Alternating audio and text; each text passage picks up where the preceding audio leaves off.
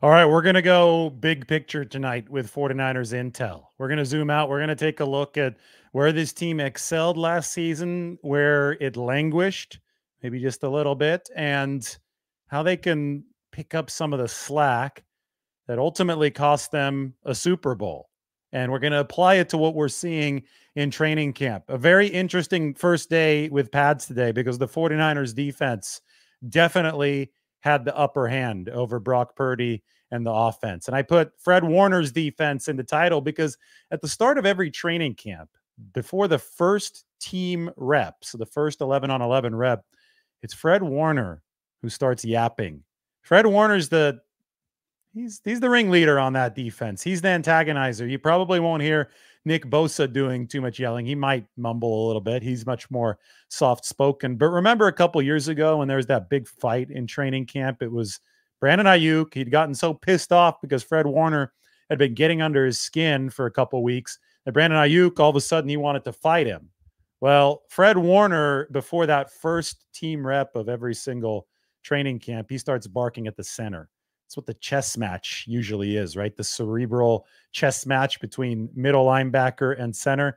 It was Warner against Jake Brendel when 49ers training camp started last week. And today it was Fred Warner grabbing this interception. This is from Brock Purdy. It wasn't Purdy's fault, this one. This one, so you could see it bounced off of Logan Thomas, 48, and Fred Warner was able to grab the pick. I would actually give a lot of credit on this interception. You can't really tell. I paused it right there to Isaac Yiadom.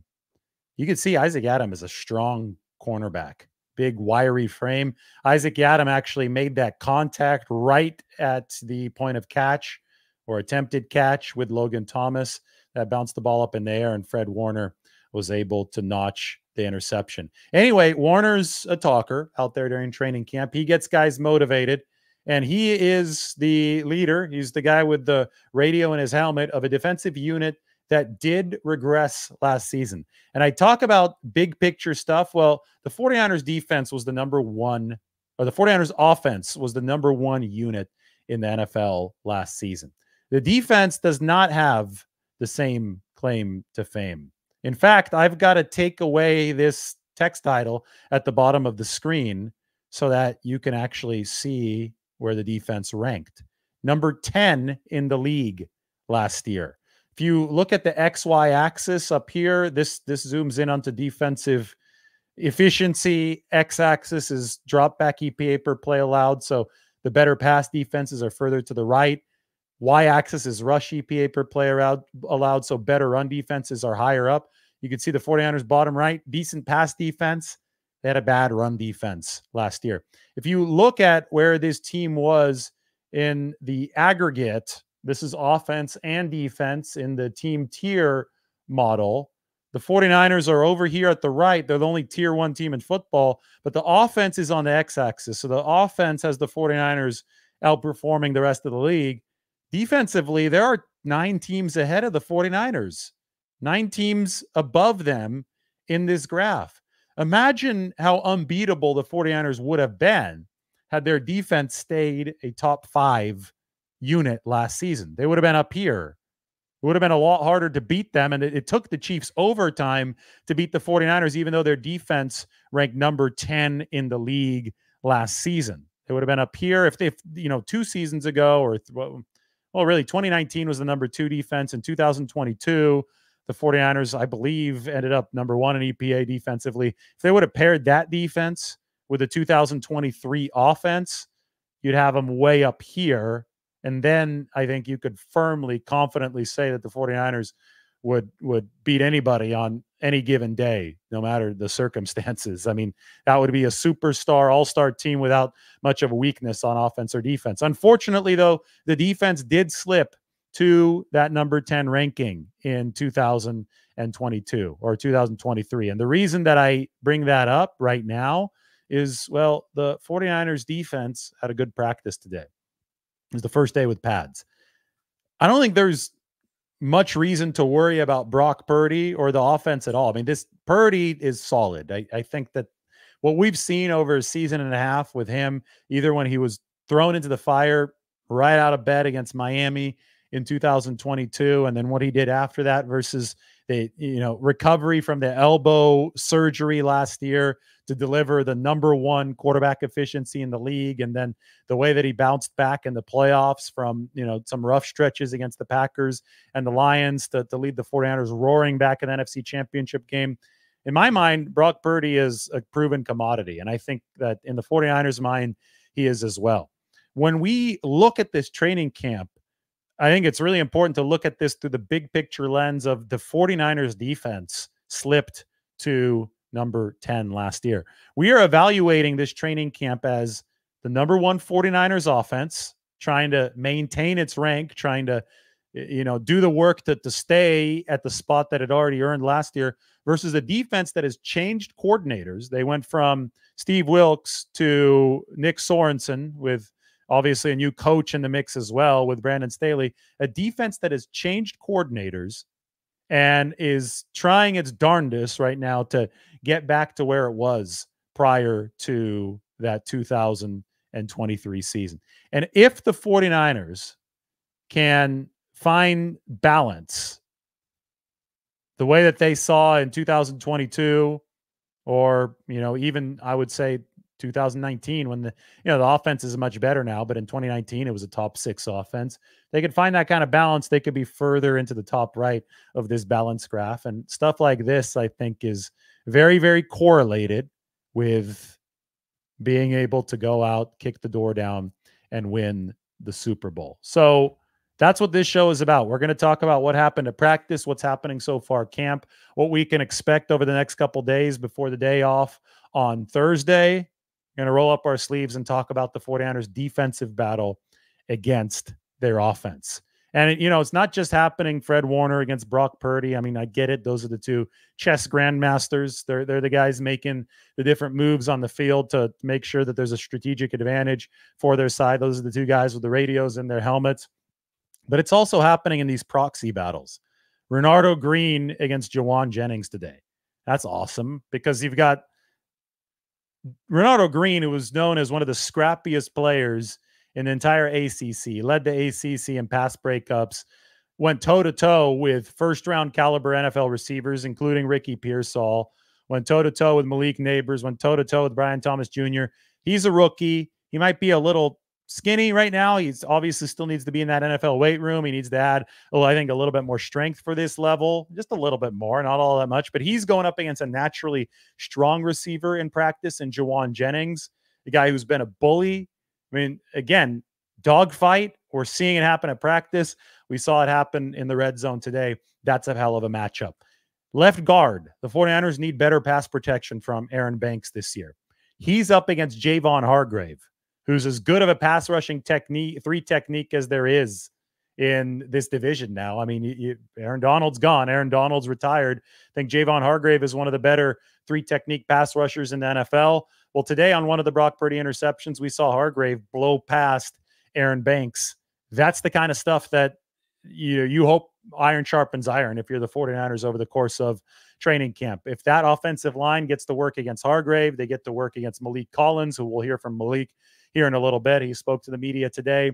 That's the kind of stuff that can make the offensive line better as well. And then the defensive line needs to take a step up, because I just showed you they were so suspect against the run last year. So that interior defensive line with new bodies has to show that it can handle the run blocking of the 49ers offensive line and the play calls that Kyle Shanahan's going to throw at them. So how do guys like Jordan Elliott, how do guys like Malik Collins handle what the 49ers are throwing at them from a zone running perspective? Speaking of Collins, let's hear what he had to say about coming over from the Houston Texans, where DeMeco Ryans is the head coach, former 49ers defensive coordinator, DeMeco Ryans in charge, and it's allowed Malik Collins to smooth over his transition from AFC to NFC.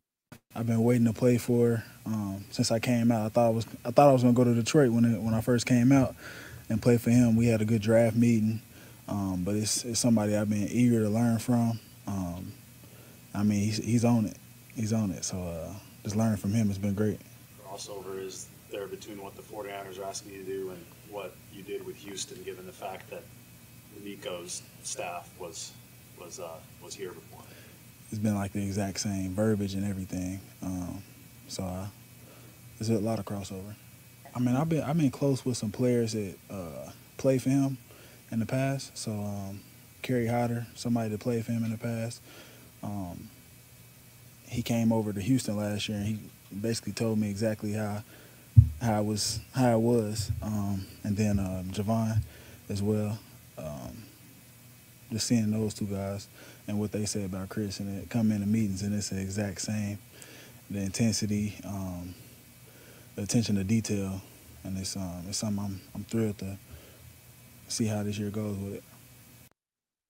So we thought when he was drafted, Malik Collins thought that it might be to Detroit when Chris Kasarik was the defensive line coach there.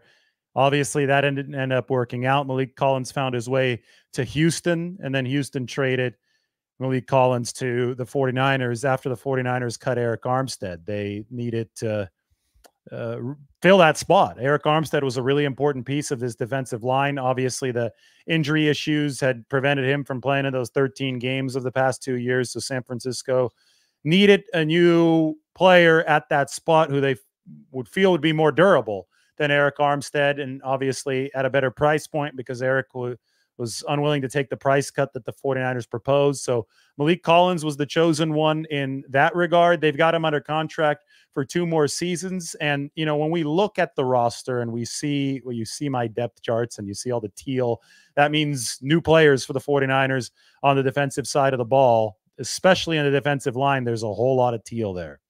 It means that they have tried to rework what wasn't working in the 2023 season.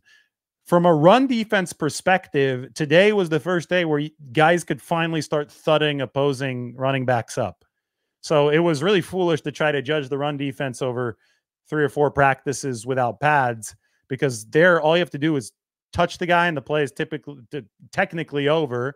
If you touch the guy, then that's where it's blown dead. But if he doesn't get tackled, Bobby Turner, the 49ers running backs coach, coaches all the running backs to sprint forward 40 yards no matter what happens. So if you don't get thudded up, then you're just going to keep on running, and the run defense is not going to look good to a bystander on the sideline regardless. That's just what the first few days without pads are like. Since it's touch football, you can't really get an accurate gauge of what's going on the field. But once the pads do come on, even though they're not tackling live to the ground, you can see like which plays probably would have been a little bit bigger and which plays got stymied.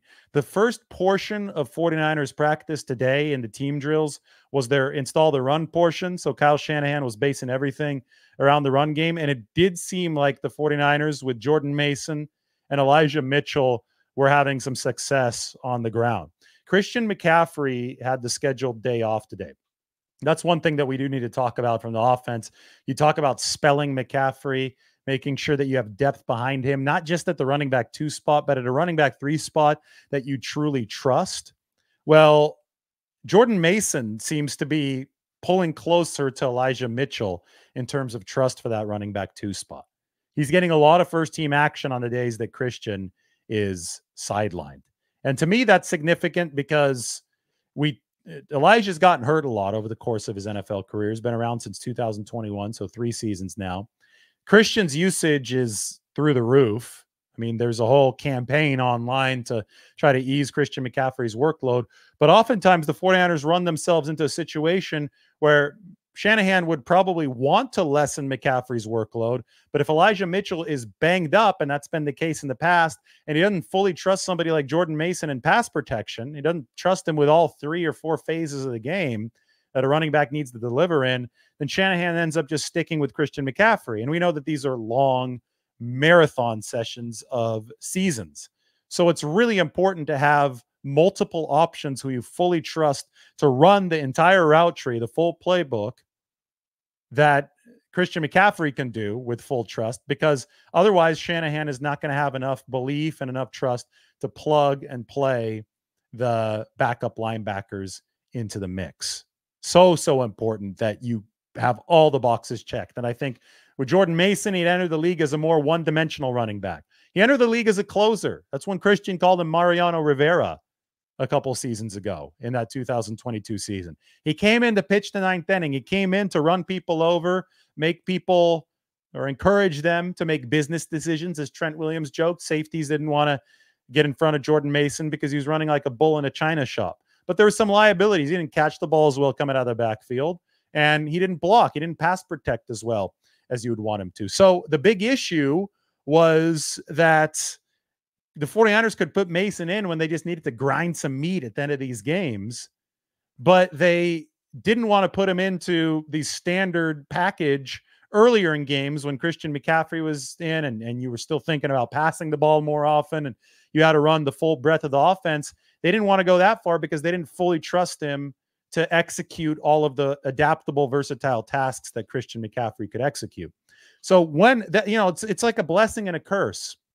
When you have an offense that is as adaptable as the 49ers offense and as versatile as it is because of players like Christian McCaffrey and Deebo Samuel that can do everything, you almost get reliant on that adaptability. That is the DNA of the offense, the ability to split McCaffrey out wide, the ability to see your running back run a very effective pass pattern and then see your receiver go into the backfield and take a run. Today we saw Deebo Samuel on a reverse. It was a pitch right to Jordan Mason, and Deebo Samuel came across the formation on the reverse. When you have the ability to do all that stuff, it becomes such an integral part of who you are as an offense. You don't want to take those guys off the field because typically their backups are not going to be able to do the same thing and they're not going to be able to pose the same threat. So much of what the 49ers do is not necessarily reliant on Christian McCaffrey and Deebo Samuel getting the ball on every single play, but the threat of them potentially getting the ball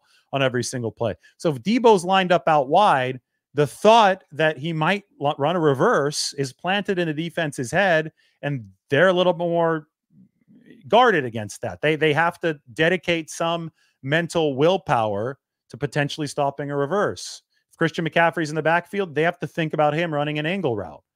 They have to think about him potentially taking a handoff. Even if you go somewhere completely different, you're still taking some of the defense's energy and dedicating it to a spot where you're not going to go because those guys are so dangerous. So you only want to replace them with players who at least, they may not be as good, but at least they are versatile enough to allow you to challenge opposing defenses in the same versatile, adaptable way, which is why it's been so important for somebody like Jordan Mason to show that he is not just a runner, but he can also catch the ball out of the backfield.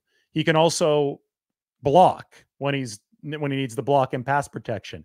And Christian McCaffrey recently said that Jordan Mason can now pitch in all the innings. He's not just the closer in the ninth inning. You can use Jordan Mason as your starter, your spot starter, or your, what do they call it now?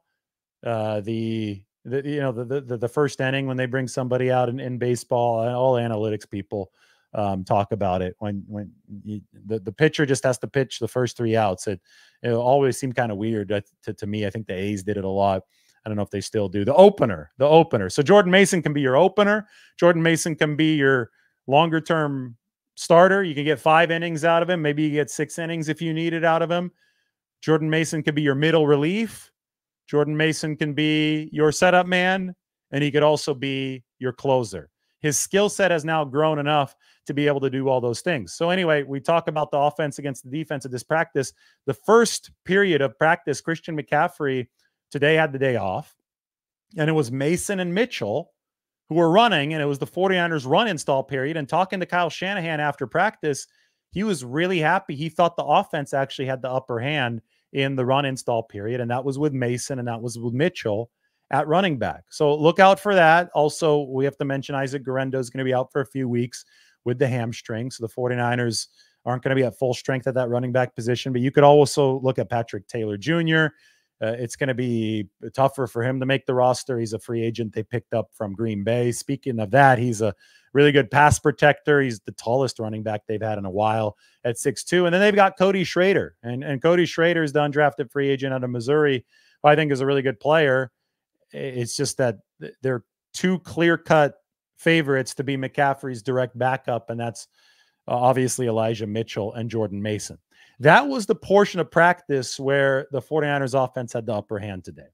And it tracks. I mean, based on what we saw last year from the 49ers defense, that run defense, that they're below the x-axis here. The run defense did not rank well for San Francisco in 2023. It needs to get better. And in that first series today, thought that the 49ers had their way running the football. Then it tightened up a little bit later. And one of the reasons it tightened up is because it literally physically does tighten up when you talk about space on the field in the red zone. They ran their first red zone session of practice, and there's less room. Everything is snapped at about the 15-yard line. Obviously, the back line of the end zone is the limit. You can't step out. Today, Deebo Samuel caught a touchdown, or what looked like it was close to a touchdown, against Jair Brown, who was in coverage at the back of the end zone. But it turns out that Deebo Samuel had stepped out of the end zone and come back in. That's a flag. Touchdown didn't count. And it just goes to show you that you're working with more constrained spaces. And that's when the defense really turned it up at practice today. First, you saw Purdy with this throw that he tried to squeeze in there to Logan Thomas, bounced up in the air. Isaac Yiadom, nice play. Interception from Fred Warner. Then you saw Renardo Green beat Jawan Jennings in the really physical one-on-one battle, but I thought that the timing of the contact was really good from Renardo Green. You saw that play that I talked about with Deebo Samuel, unable to stay in bounds. You saw some misfires from the 49ers backup quarterbacks late in practice. It was Brandon Allen missing Danny Gray over the middle. It was tough. I mean, and the offense got some of its strikes in there. Trent Taylor caught a touchdown pass for the 49ers down in the red zone. They did score a few times, but there also were a lot of stops for the 49ers defense. And I think when I talk about zooming it out, we want to emphasize that the 49ers defense last season was struggling relative to the offense. And coaches hate judging training camp on a big picture scale because it drives them crazy.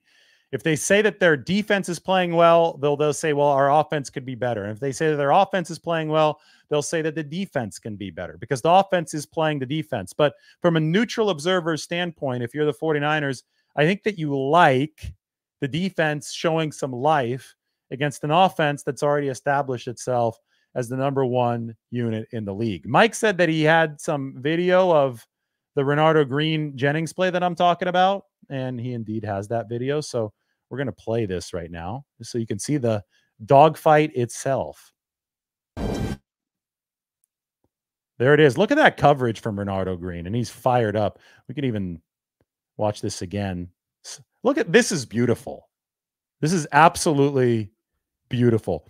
That's a good throw to Jawan Jennings. This is from Brock Purdy. This is in the end zone, and it's a high point throw to a receiver who's about 6'3" in Jawan Jennings.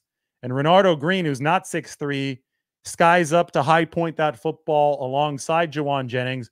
And you could tell the contact is not initiated until that ball gets there.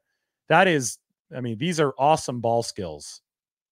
And Renardo is fired up. That is good, legal, physical coverage. We'll pause it again right here, knocking Jawan Jennings over after it becomes legal to do so. So we've seen two of these battles already between Renardo Green and Jawan Jennings in training camp, these contested catch situations.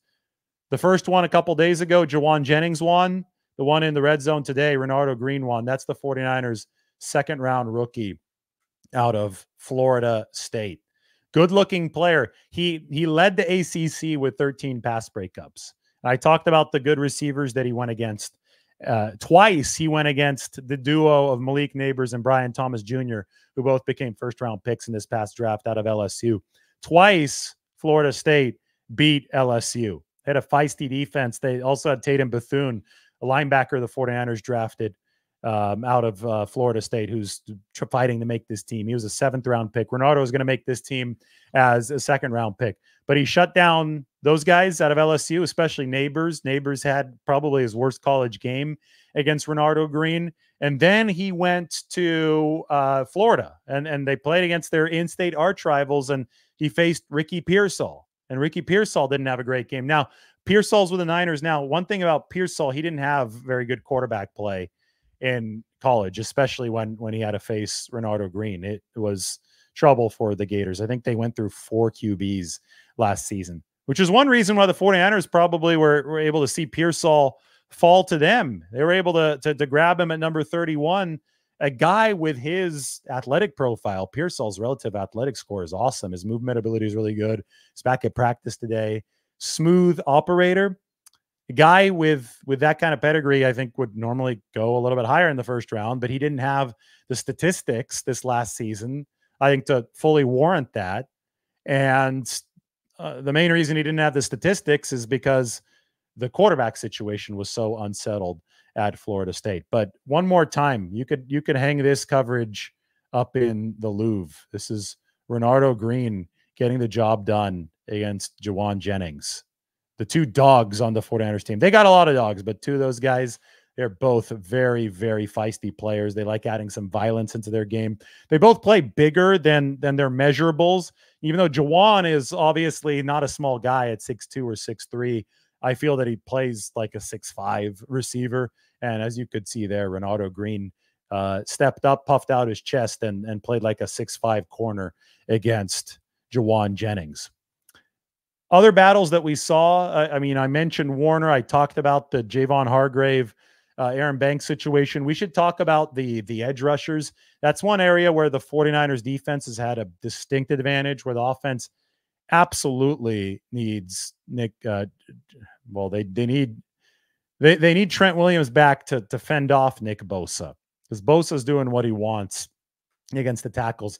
It got a little bit better today for the offensive line, given the fact that the edge rushers were working against offensive linemen who had pads on. It's a lot easier to defend yourself when you do have those pads on. But still, despite that, I don't think the 49ers offensive line is anywhere near where they want it to be without big number 71 out there. He is very valuable. He has a lot of leverage. There will come some antsiness to get that negotiation done to end Trent Williams' holdout, because between Leonard Floyd, Yetur Gross-Matos, and Nick Bosa, we've seen a lot of wins from the 49ers defensive end so far, to the extent that Kyle Shanahan today said that he felt good about the defensive ends entering this training camp, and he feels even better about them now, about a week later. And who wouldn't feel better about them after watching them really have their way? I get it. The offensive line didn't have pads on until today, but I think it's still really clear that the 49ers, in the state that they're in right now with Trent Williams holding out, have got more talent at defensive end than they do at offensive tackle. We've obviously heard a lot from the safeties and the defensive backs. Diamondo Lenore has been making plays. Charvarius Ward's been a little bit limited as far as their bubble wrapping him coming off the core muscle surgery. So that's allowed guys like Yadam to see more playing time. In the case of Diamondo Lenore, today he had a big win against Braden Willis, against a tight end. Lenore is 200 pounds. Braden Willis is 240. And it was Diamondo Lenore flying in there to intercept the football and really outmuscle Braden Willis for it. So Lenore's been playing inside and outside. If the 49ers see Renardo Green take a similar career trajectory as Diamondo Lenore, nicknames himself the Hyena, they're going to be really happy with Renardo Green. And given some of the plays that Renardo's put on tape, I definitely think it's possible that he accomplishes that. There's so many more cool battles that are happening on this side of the ball. 49ers defense against their offense, and I want to talk a little bit more about them. We could talk about Brock Purdy's interceptions. I'm going to open it up to questions in the Q&A, so go ahead and put your questions up, and we will talk. Mike says, Yetur Gross-Matos looks like he's eating. I mean, he was without the pads on. He's lining up inside and outside. They want to operate with him like they did with Arden Key and Charles Omenihu. Maybe base downs, setting that edge. I think he could do a good job of that. He did it with Carolina. Then you move him inside, and if he is operating inside, then I think you really like the matchups against guards. Of course, the offensive line has got Dominic Purdy operating at that right guard position, and Purdy is a player who, at every single step, we've seen high school to D2 football, then D2 football to the NFL, that was Central Missouri, he has made a successful transition multiple times at every single step of competition. So Central Missouri to D1 at Kansas was a big jump. He makes that jump, immediately starts for the Kansas Jayhawks, and doesn't give up a sack over 2 seasons at the D1 level. All of a sudden, he's asked to make a big jump for the 49ers. I mean, John Feliciano is hurt. Spencer Burford has a broken hand. They're trying to figure out whether or not he's going to have surgery. And now all of a sudden you have Dominic Purdy as the first team right guard.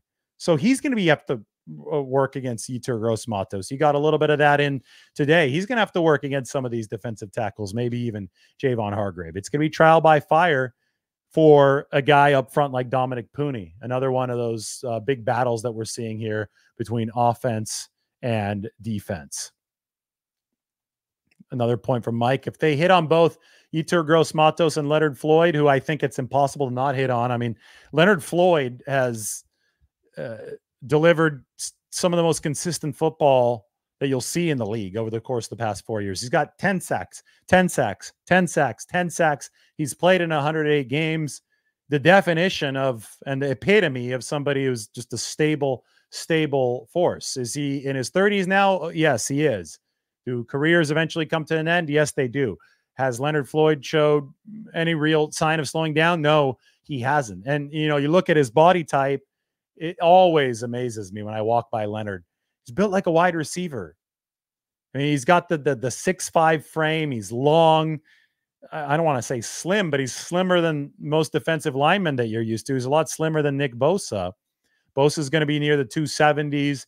Leonard Floyd's going to be in the 230s. And to me, that's just a complementary edge rushing skill set to Nick Bosa. You've got a guy that does have a little bit more of that length, and he probably a lot of bend based on the tape that I've watched of Leonard Floyd over the years. It's a good bend, and then he has just good instincts. He's able to navigate his body in the midst of the fray, and Nick Bosa and Javon Hargrave are sure going to create a fray for the 49ers this season if those guys stay healthy. We saw Hargrave do it against Aaron Banks today.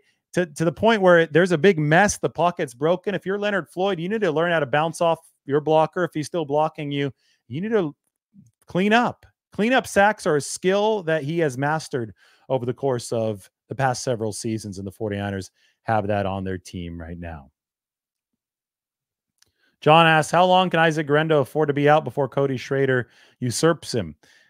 It's hard to answer that question. Running backs especially, we're going to have to see the preseason games. There's no tackling live to the ground during training camp.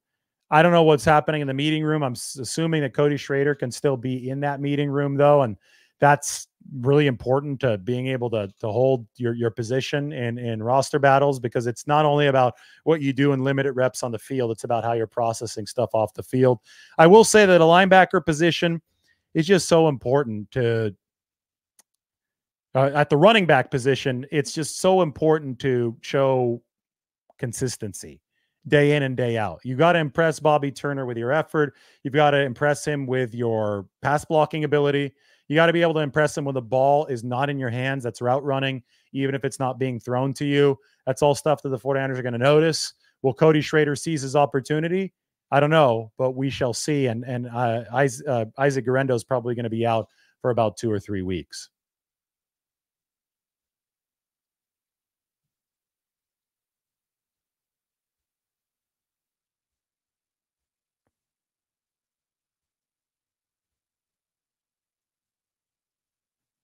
Dan Arnold says, I heard that Cam Latu had a nice catch today. Have you seen anything else from him? It's going to be tough to crack this roster. Here's one thing about Cam Latu. I think he's a physically impressive guy. I mean, you walk by him and the guy is a unit. Cam Latu is a unit. You could tell, okay, the calves are pillars of granite. He's wide. He's got the big, thick neck.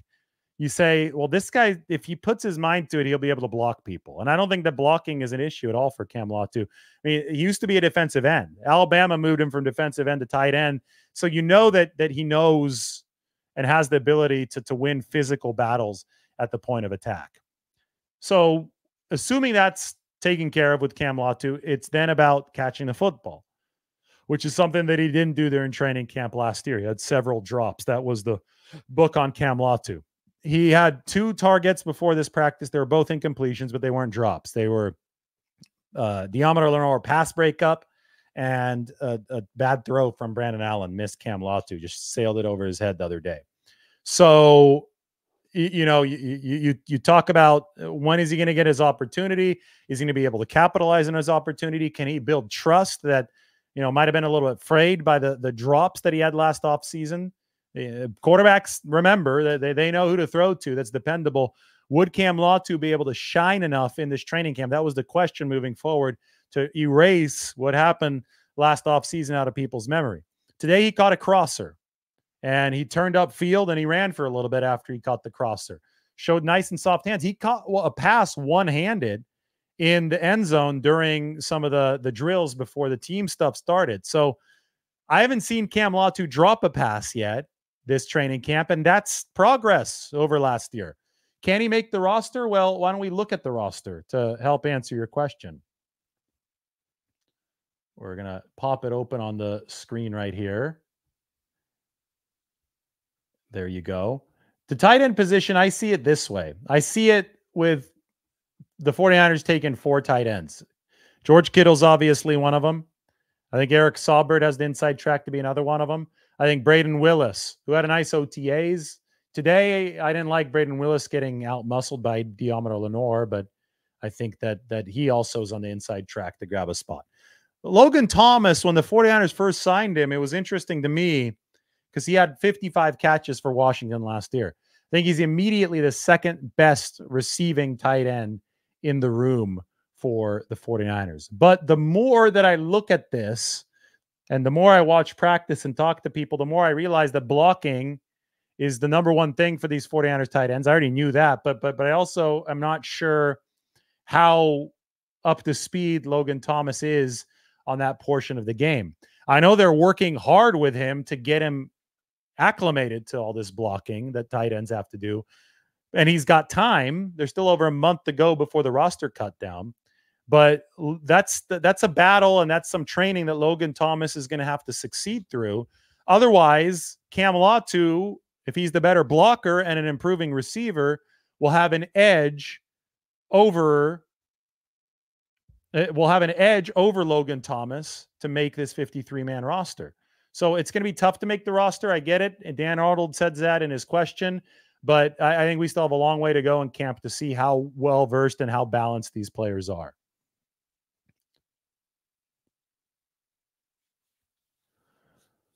Mike says that Logan's contract might be a valuable option for the practice squad. Yes. But then Mike adds, if he's willing to be on the practice squad. Also, yes. So there's 2 points of contention there, right? Logan Thomas caught 55 passes last year for Washington. That kind of production from the tight end position typically will get you opportunities from elsewhere.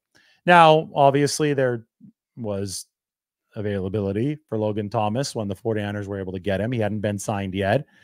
I think teams get more desperate when the season starts and guys start getting hurt. So I wouldn't expect Logan Thomas's market to remain completely dry if they did indeed have to waive him just because he didn't produce as much as he did last year.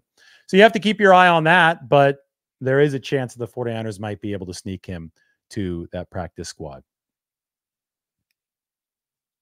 Question about the defense. Do I see any holes that need to be filled or addressed at all, or is it too early for that? Probably a little too early. Again, the offense won the run period to begin practice today with pads on, but it's not like they dominated that period. I think they had a slight upper hand. Kyle Shanahan even said as much after. I think as camp progresses, we might start to see some weaknesses, the ones that Brock Purdy tries to capitalize on in the 49ers defense. We'll see if the run defense issues are something that carries over from last year. If they don't, and even in the first couple drives of some of these preseason games, when we see more of the first team guys out there, we can still learn some things about the 49ers and their defense.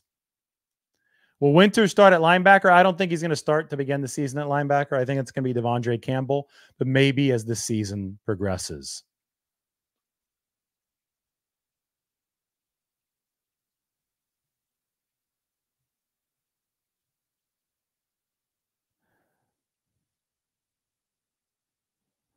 Gregory asks, what's up with all the hamstring injuries?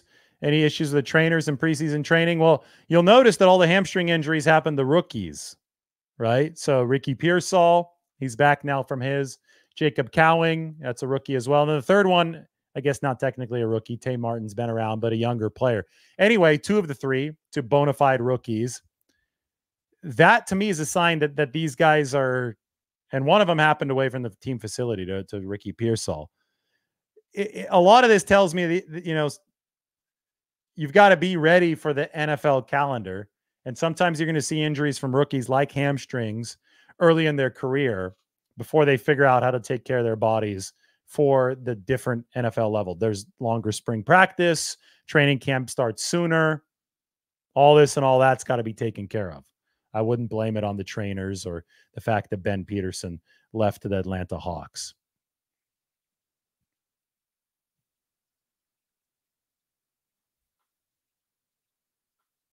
Strawberry points out that hamstrings are better than torn ACLs that are happening around the league. That's true.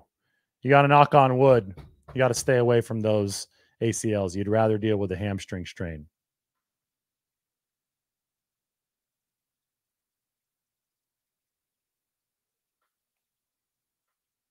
All right, let's type in some more of your questions into this comment section. What about Evan Anderson? He's wearing 66. He looks stout. He's still working with the third team, maybe a little bit of second team. I've always looked at him as a practice squad type of guy. They gave him a $280,000 guarantee, and the practice squad minimum is about that much for the season. So they'll be able to just kind of transfer that guarantee. Even if they cut him, there'll be offset language that'll allow that much money to go into Evan Anderson's pocket if he stays on the team's practice squad. Let me get some water. And I need some more good questions, and then I'm going to go out to dinner.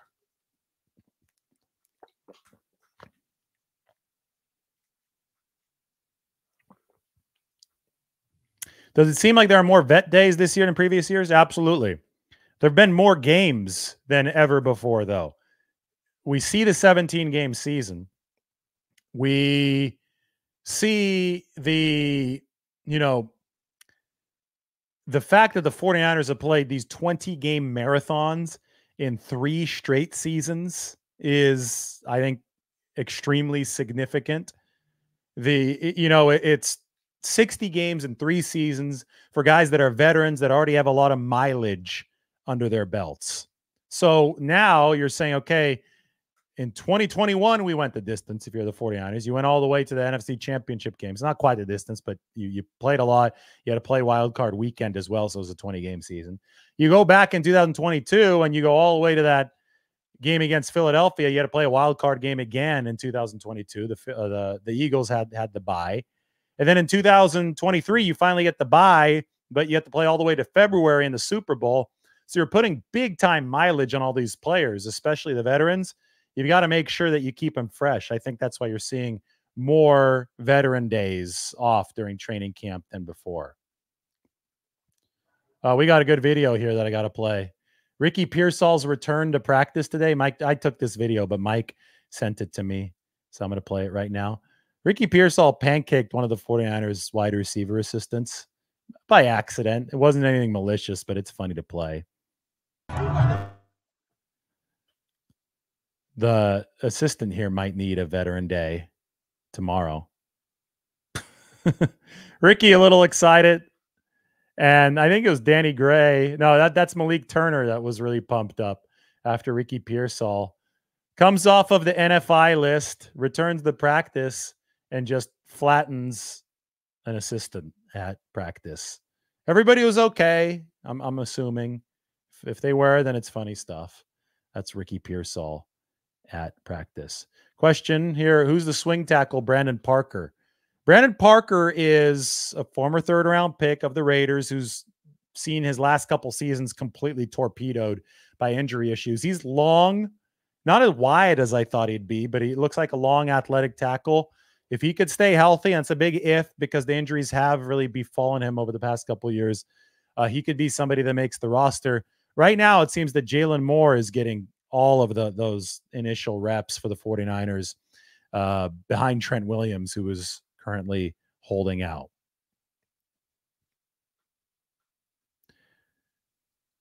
Danny Gray.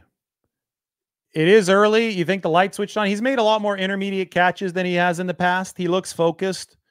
Again, it is early. You're right about that. And I'm keeping a close eye on Danny Gray. I just am not 100% sold on anything yet.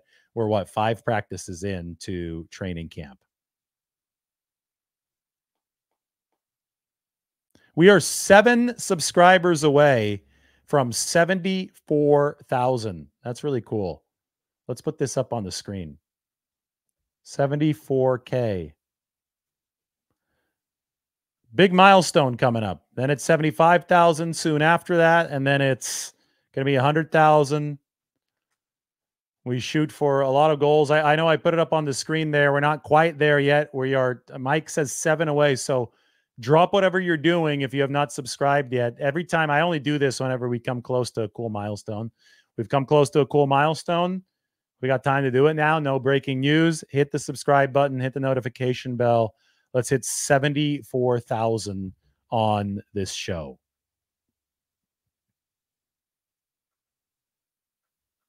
I'm ready for more questions, by the way, as you guys hit that. Yeah, when are we going to hit, put this in the comments section. When are we going to hit 100,000? Do people think it's going to happen before December 2024 or after December 2024? The target is December 24. Over, under. Are you betting before or after? Tell me in the comment section. You can type in before. You can type in after. Chat section, comment section. Either one still works. 74,000 today for sure, but before or after December for 100,000, you get the YouTube plaque when you get 100,000. That's what I'm really excited about. Mike thinks it's going to be before. Ernie wants the 74K today. So do I. William points out that the defense is a new defensive coordinator for the past 4 years. Sala Sala was 2020. D'Amico was a 2-year guy, right? 2021 and 2022. Steve Wilkes in 2023. And then you have the current defensive coordinator, Nick Sorensen, in 2024. John asks, what's up with Mustafa? Think he's playing well. I've been impressed with Malik Mustafa out on the field for the 49ers. It's been, one interception, one near interception. Hasn't shown up in a bad way as far as getting beaten on a downfield throw. He's with the 2s so far. The starting safeties have been Jair Brown and George Odom. You want to do another collaboration with Brad? You want to see that? Lou Brad, we got Guy Haberman. Mike Silver, we got something to talk about with Mike Silver. We're going to have him on, I think, Wednesday. He had the really nice interview with Brock Purdy where he was talking about the killer instinct that Tom Brady wants to bring to the table in this 2024 season. Was invoking Tom Brady. He's talking about wanting to blow people out. We might see a really special Brock Purdy this year based on the mentality that he's brought into training camp. Meanwhile, we got people complaining about Brock Purdy's interceptions in practice as if he didn't throw any last year when he was the MVP finalist. It's ridiculous.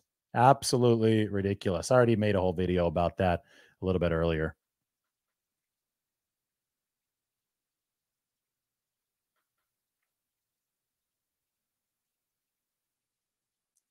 Yeah, Guy's going to be broadcasting some games to the Big Ten Network. Congratulations to him. But I did see him for the first time today at 49ers training camp. So good to catch up with Mr. Guy Haberman, and we'll see when he feels that he's well-versed enough on the 49ers to come onto the channel and we'll chat. Those were fun shows over the summer.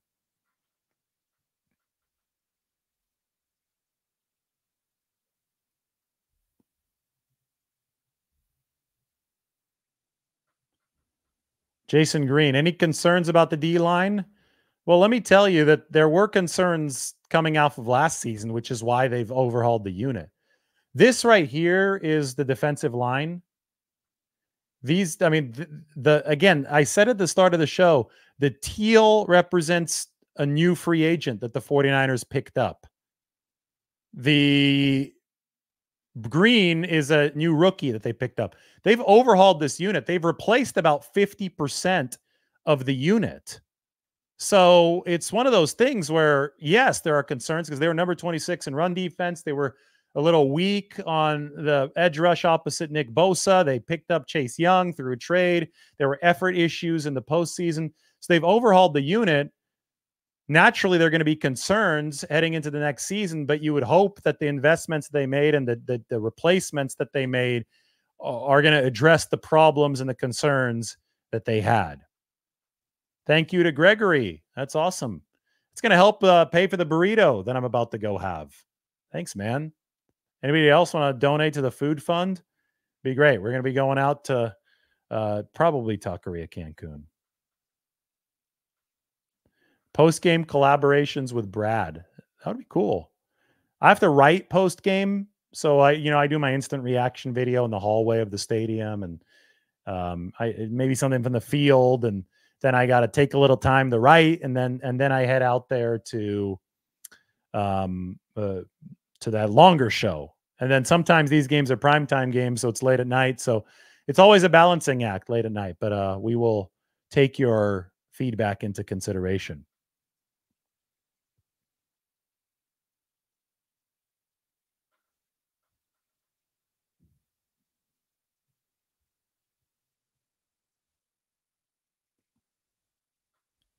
Mike says, thank you to Greg. Thank you, Greg, or Gregory. All right, let's keep on going with the questions. Hufanga update. Not much of one. I gave you one yesterday, right? Or 2 days ago. He's probably, I would say, back August 15th or 16th is the hope for the joint practices against the Saints. Saw him walking around over on the side field today. That's good for the 49ers.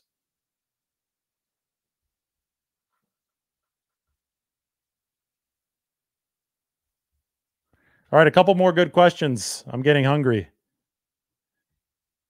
Take this one down, let you guys ask. Is it tough to see Garendo making the 53-man? It's too early to say that. This year, there's actually a rule to where you can place a player on injured reserve the day before the roster cut down and still have him come back that season. You'd have to miss 4 games before you can come back, but it's not like season-ending IR anymore. You could designate 2 players to return, which I would think Isaac Garendo, if this hamstring lasts long enough, would fall into that designation bucket for the 49ers. I would think that gives them a little bit more roster flexibility this season. So we just have to wait and see how that might work out for the 49ers.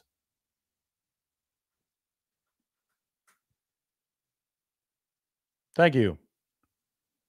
Appreciate it.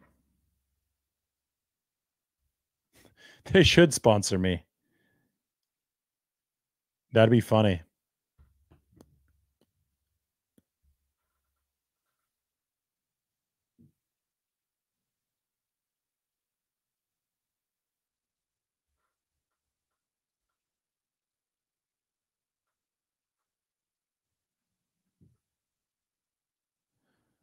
Here's a good comment. Regarding Purdy, to focus on his interceptions against the defensive backfield is misplaced. The conversation should really be about the impressive strides the defense is making. Brock Purdy has unquestionably looked impressive out of the gate in this training camp. Today wasn't as good of a day. The interceptions happened. We get it.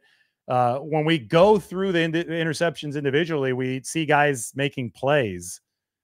We see, in a lot of cases, culpability not lying with Brock Purdy. So I think you're exactly right. I've shown you the actual tape of the first interception. That was the one with Fred Warner, and it came off of the deflection early in practice. I've shown you or I haven't shown you. We got to talk a little bit about the Braden Willis, Diamador Lenore one, with Lenore out muscling Braden Willis. I thought that was tremendously impressive for the 49ers as well. We talk about the fact that Javon Hargrave was able to beat Aaron Banks on the pass rush to set up the George Odom interception. I mean, these are all good plays from the 49ers defense. it wasn't a great day for the 49ers offense, but every time that you analyze a quarterback, you have to do it through the lens of what he's actually done in games. And Brock Purdy was the top rated QB in football last year. So even if you do have to go into the nitty gritty of who was at fault in this interception and what went wrong here, you could still step back and zoom out. Even if everything was Brock Purdy's fault, which it wasn't, you could still step back and zoom out and say, hey, this guy's the number one rated QB in football. He knows what he's doing. It's training camp. Maybe if the defense is making plays, that's a positive reflection of them.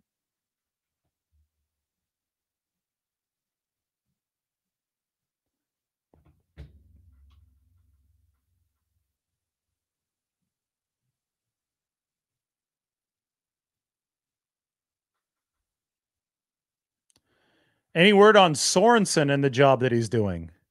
Well, I mean, I think it's really hard to see if the defensive coordinator is doing a good job. We're one day into pads at 49ers training camp. We're literally one day into pads. We can't be jumping to conclusions. Guess what? It's still July. It used to be that training camp didn't start till August, or at the very least, late July. We're sitting here and it is still July. So we can't judge defensive coordinators. We can't really judge quarterbacks. We can't judge anything. It was the first day of training camp on July 29th, and it's way too early to make sweeping conclusions on anything regarding this football team.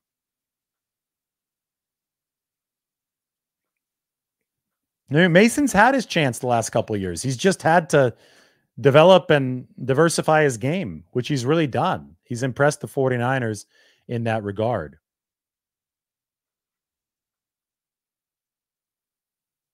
All right, a couple more questions. Wanted to give you guys an hour tonight.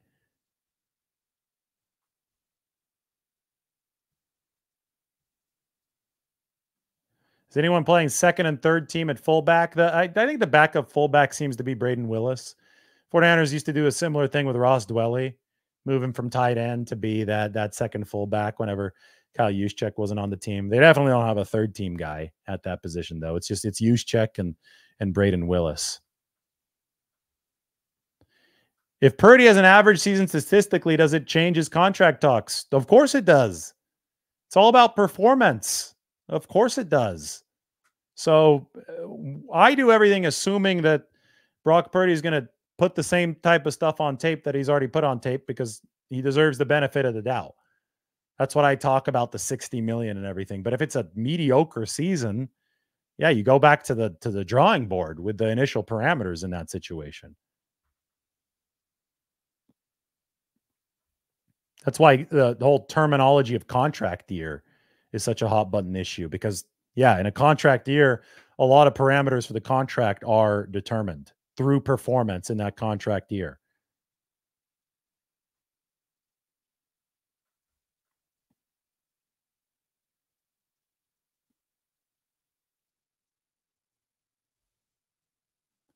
I don't think that the 49ers, there's a question here. Is there a concern with the amount of injuries that the 49ers are getting right now or other teams experiencing a similar amount? I don't think it's any higher or lower for the 49ers than I mean, I don't think it's higher than it has been. It might even be lower. To be honest, you got a few guys with hamstrings and Spencer Burford with a broken hand.